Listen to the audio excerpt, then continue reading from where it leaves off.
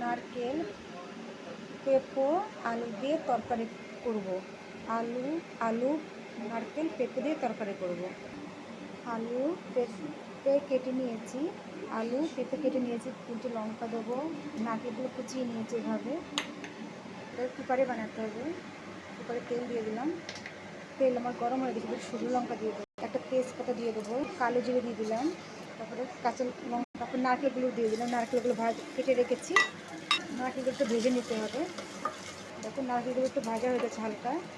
আগে আলু দিয়ে দেবো, হলুদ দিয়ে দেবো, লবণ দিয়ে দেবো, লবণ দিয়ে একটু ভেজে নেবো। দেখো হালকা ভেজে নিয়েছি আলুগুলো। এবার পেঁপে দিয়ে দেবো, কেটে রাখা পেঁপেগুলো দিয়ে দেবো, মিক্স করে নেবো আলু পেঁপে। 2-3 মিনিট ভেজে নেবো পেঁপে আলুটাকে। 2-3 মিনিট ভাজা হয়ে গেছে পেঁপে আলু। আমি একটু ঘি দিয়ে দিলাম, অল্প একটু চিনি দিয়ে দিলাম, ভালো করে মিক্স করে নেবো। সামান্য একটু জল দিয়ে দেবো, নিচে লেগে না যায়, এই জন্য পুড়ে না যায়। এবার কুকারে সিটি লাগিয়ে দেবো। সিটি লাগিয়ে দিয়েছি, একটা জোরে আর একটা আস্তে দিয়ে বন্ধ করে দেবো। জোরে একটা সিটি এসে গেছে, আস্তে একটা জোরে সিটি হয়ে গেছে, একটা আস্তে হয়ে গেছে। দেখো এটা কুকারটা খুলে নেবো, ঢাকন খুলে নিয়েছি, তরকারি হয়ে গেছে। এবার নামিয়ে নেবো।